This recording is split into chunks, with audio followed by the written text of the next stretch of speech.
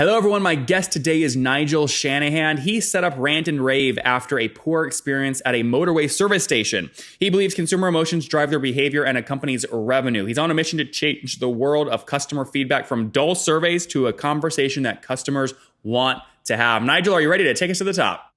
I'm ready. All right. Rantandrave.com is the company name. What do you do and how do you make money?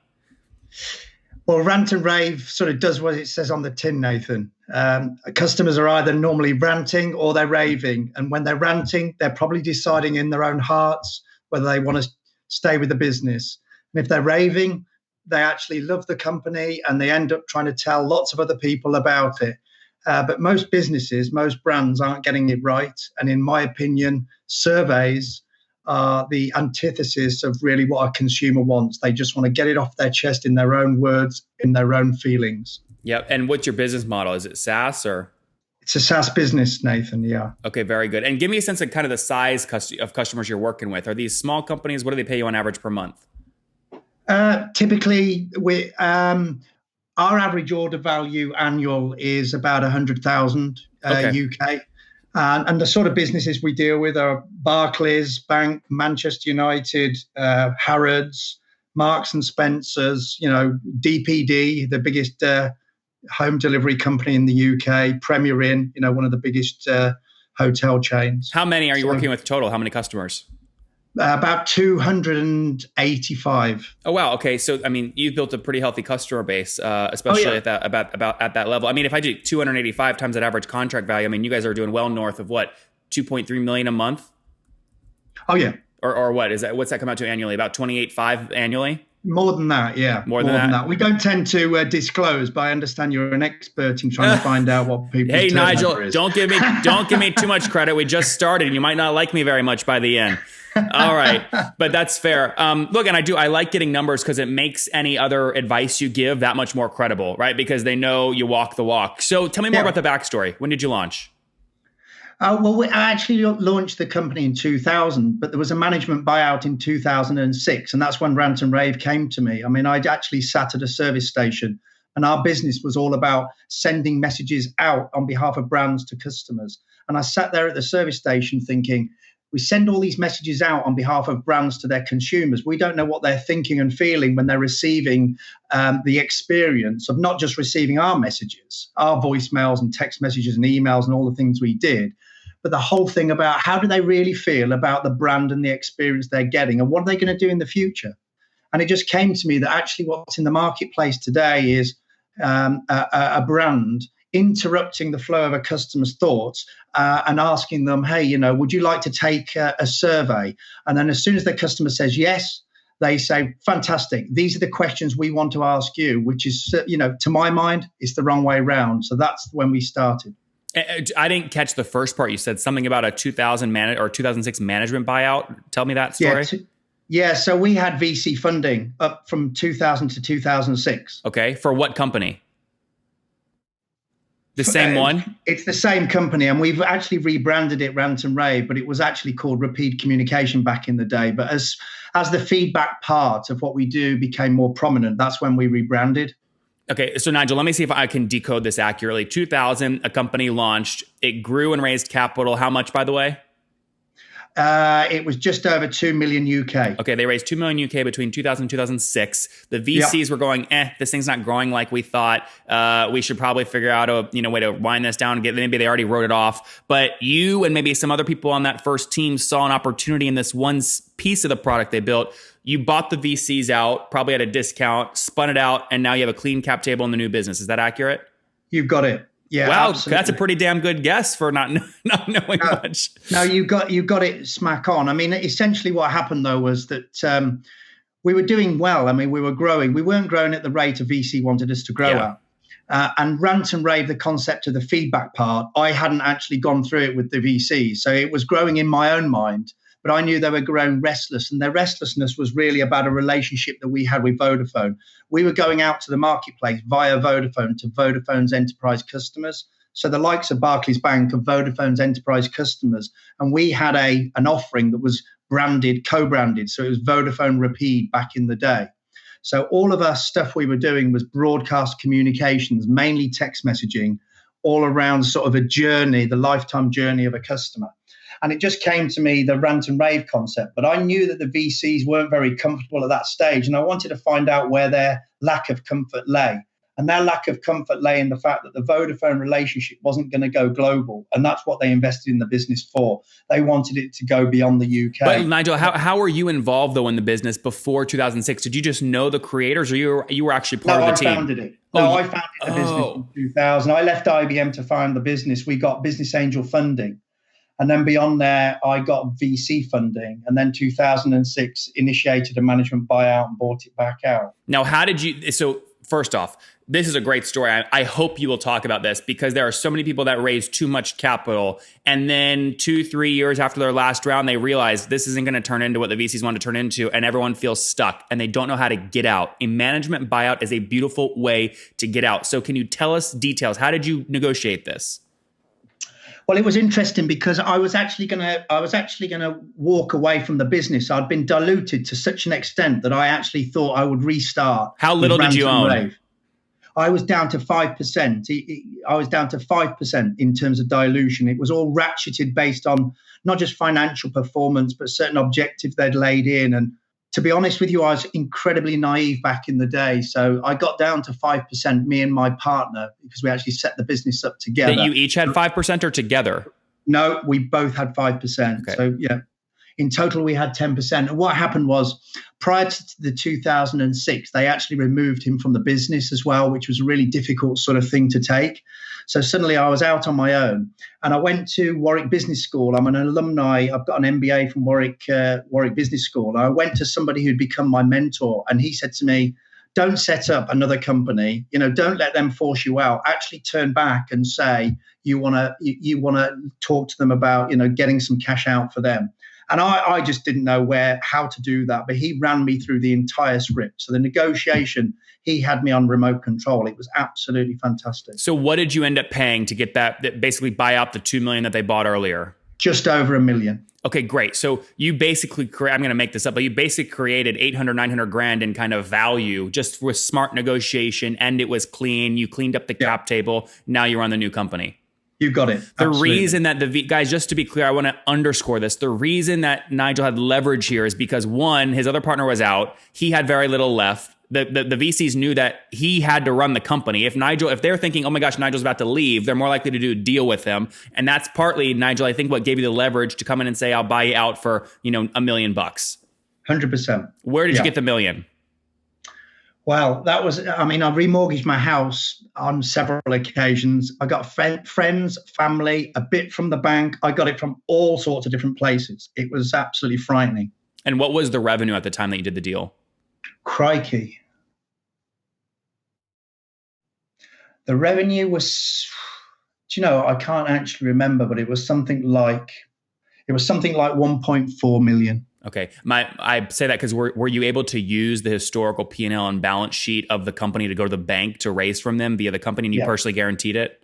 Yeah, that's right. Absolutely. That's how it happened. So smart. Yeah. Okay, very good. And then was it just you in 2006, or did you bring on like another co-founder at that point? No, it was just me. Me. So now you're in a great position. Yeah, what we did is we actually used the relationship with Vodafone, which was sort of was somewhat on the decline, really. The VCs wanted it to go into Vodafone South Africa and Vodafone Australia, et cetera, et cetera. We didn't think that was possible because Vodafone was just this collection of independent businesses with one logo behind it. It was really difficult to go do business. It was like a net new sale. So we pulled back and focused ourselves on the Vodafone UK relationship. But what we actually managed to do was to pull away from the relationship and have Vodafone financially support the withdrawal. So we ended up trading. By the end of that year, we actually were trading independently with all the businesses. Directly with all the businesses that we actually prior to that had a relationship through Vodafone with. Got it. Okay, now let's fast forward to today. What's team size? 105. Okay, and have you raised or have you bootstrapped it since the beginning? Bootstrapped since then. Wow, that's great. Okay, so outside of that first $1 million, you're totally bootstrapped. Yeah. Okay, and what are you paying right now to acquire these new customers? So this is like cost of acquisition? Yeah, your fully weighted CAC. Or whatever you look at, by the way. If that's not a metric you look at, tell it to me how you look at it. It's not really what we look at. I mean, we're only actually just really getting into the sort of the big SaaS metrics. So we don't run with CAC as a metric. So I couldn't really tell you what it is that I can tell you what the makeup of the team is to go and acquire businesses, but I couldn't tell you what the CAC is. How many people on your team right now are dedicated to sales and marketing? Okay, yeah. So we've got 5 heads in marketing. We've got 8 heads in new business sales. What is that like? Is that like onboarding or like account managers? They are new business sales, enterprise sales guys. Okay, so they're hunting it, yeah. Yeah, they're hunting. And then to support them, we've got 5 people in a new business telesales team. Got it. So 5, 5, and 8. So about 18 people from sales and closing the sale and maybe onboarding a little bit. Yep. Okay, that's healthy. And then what about once you sign them up? Do they stick around? What's your churn? We're at 95% retention rates at the moment. On a logo basis or revenue? On both. Oh, that's really healthy. Have you reached net negative revenue churn yet? No. Okay, no. You think you will soon or no? Yeah, we're on the cusp of doing it. That's great. So almost net negative. And then because you're bootstrapped, you've got to really manage your payback period in terms of whatever you're putting out to get these new customers. Do you look at that on a weekly or monthly basis, or no, you don't look at payback period? We don't actually look at payback period. No. Okay. So how do you manage cash flow? Is it just kind of a monthly cycle? You look at the P&L and kind of go from there? Well, actually, I mean, from a cash flow point of view, we've always done pretty well with cash. I mean, to the extent that actually we had a bit of a shake-up in our finance team about 18 months ago because we were running into situations where we weren't just getting the money in on time. And as a result of that, we didn't have cash flow problems. But what we just found out is we just weren't. We went for an audit as we started to think about lining ourselves up for investment to do international growth. And what we found were that our debtors ledger was just ridiculously high, and that we weren't getting the money in smart enough fashion. So as a result of getting that done, we've actually completely reshaped our finance team. Got it. Now, have you kind of each month, are you spending anything on Google ads, Facebook ads, things like that? Any direct paid channels? We tend to focus a lot of our stuff on LinkedIn. So we've got a lot of focus. Our BD team really do. They've all got the sales navigator on LinkedIn, and they do the premium stuff on LinkedIn. But no direct ads? A little, some direct ads, but it's really minuscule compared with all the other things we focus on. Okay. And about how many new customers do you add per month, would you say? Good question. We're probably running at about 4 to 5 each month. So not massive, because it's a significant enterprise sale each time we do it. Yeah, no, it makes sense. I'm trying to back into kind of a rough, fully weighted CAC. I mean, if you have 18 people and let's assume a conservative low salary of, call it maybe 60 grand a year, that's 5 grand a month times 18 people. That's 90 grand a month kind of on your sales and marketing team, signing up 4 to 5 new clients. So you can kind of back into a CAC of around 18,000. Very good. Yeah, I think that's about right. But what do you get that paid back really quickly, right? Are people signing up for annual plans right off the bat? Yeah, I mean, our typical deal length is 2 years. Okay, got it. But my point is, in terms of the actual cash hitting your bank, I see. You know what I mean? How's that? So you told me already your average contract value is about 100 grand in year 1, but how's the cash work on that? Well, it's billed in arrears, 30 days in arrears, subscription wise. Per month, we tend to have or the year? Yeah, per month. Okay, got it. So if you spend 18 grand to get them, and you're making you're billing 8 grand ish a month for 100 grand for the full year. I mean, that's a healthy payback period under 3 months. That works. Yeah, that's about it. Yeah, that's impressive. Okay, and then you said lifetime value. You said is about that's the average contract value is 2 years. But do you have customers, I'm sure, that have stayed with you for longer than that, right? What do you assume? What do you assume minimum lifetime value is?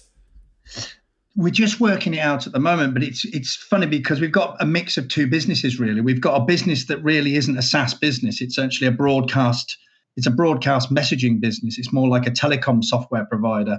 Layered onto that is a SaaS business. So we've got sort of a mixed business model. So some of the clients we've got, for example, in the UK, we've had clients for Barclays, we've had them for over 14 years as a client. Wow. That's impressive. Okay. And where's the team based? Where are you guys all based? We're all based in Coventry. I mean, I've got a lot of people who work from home now, but our UK headquarters is Coventry. It's actually on the Warwick University Business Park as such. That's great. Last question here, Nigel. What are you growing at year over year in terms of revenue? On subscription, 35%. And you said on subscription, what are there other models there? Well, because we have a usage off the back of the subscription, and typically £1 worth of subscription buys in 30 pence worth of sort of usage, if you understand what I mean. I do.